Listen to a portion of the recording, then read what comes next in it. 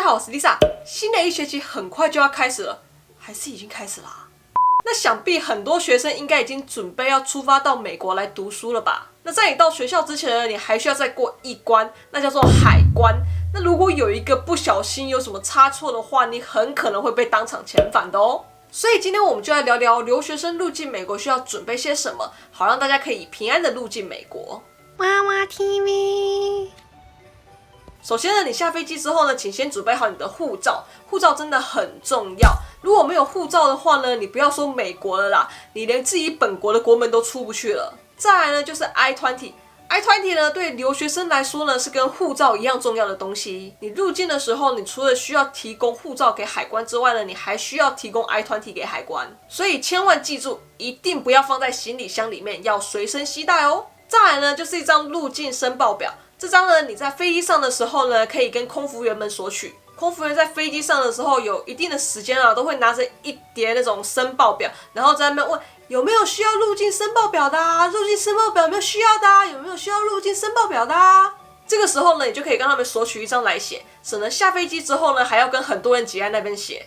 哦，对，这个申报表有中文版的哦，都可以跟空服员们索取，或者是下飞机之后那个柜台那边也有。好，那下飞机之后呢，你就拿了你的这些文件，乖乖的去排队等过海关吧。哦，对了，在排队之前呢，我建议大家可以先去上一下厕所，因为通常外国人通关的那个走道呢，都要等很久，有时候等个1-2个小时都不奇怪。旧金山的机场是还好啦，虽然也是要等蛮久的啦，不过我觉得洛杉矶的机场可能要等更久。我记得我小时候第一次来美国的时候，是2个妈妈带着5个未满10岁的小孩，其中还有一个是婴儿，另外一个未满5岁。我们在那边等了差不多3个多小时，根本就是地狱。所以建议大家先去上厕所再来排队会比较好哦。那等排到你的时候，你就把你的文件交给海关。那海关叫你做什么呢，你就做什么。他叫你拍照你就拍照，他叫你按指印你就按指印。然后他可能还会问你一些问题，例如你为什么要来美国，你来美国的目的是什么，你在美国的时候要住在哪里，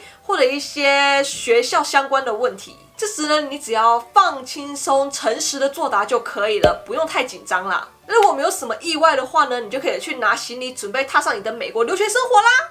那如果有意外的话呢，那恭喜你，你可能会被请到小房间里面去继续做讯问，那可能就要花更久的时间你才能出关了。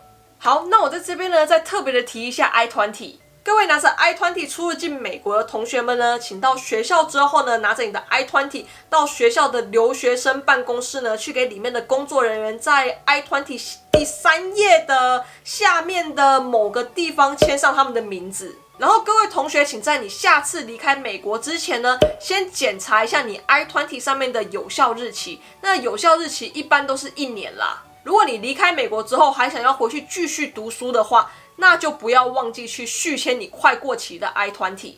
不然如果没有注意到 I-20 快过期的话，你回美国拿着过期的 I-20 进美国的话，可是会被请到小房间的哦。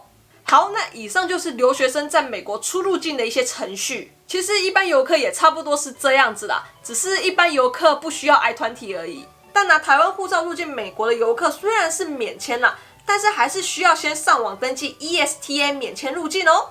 那拿中国护照加10年的 B1、B2 观光签证的游客们呢，则是需要先上网登记 EVUS 哦。好，那我这样说大家都清楚了吗？都知道到美国出入境需要准备些什么了吗？那如果我还有什么遗忘没有说到的东西，希望是没有啦，也欢迎大家帮我留言补充说明一下哦。那今天的影片就到这里，如果你喜欢的话呢，不要忘记帮我按赞、按订阅、开铃铛、加分享。另外 Lisa 也有 Facebook 跟 Instagram， 有兴趣的朋友们呢，也可以去帮我 follow 按赞一下哦。那我们就下次见啦，拜拜。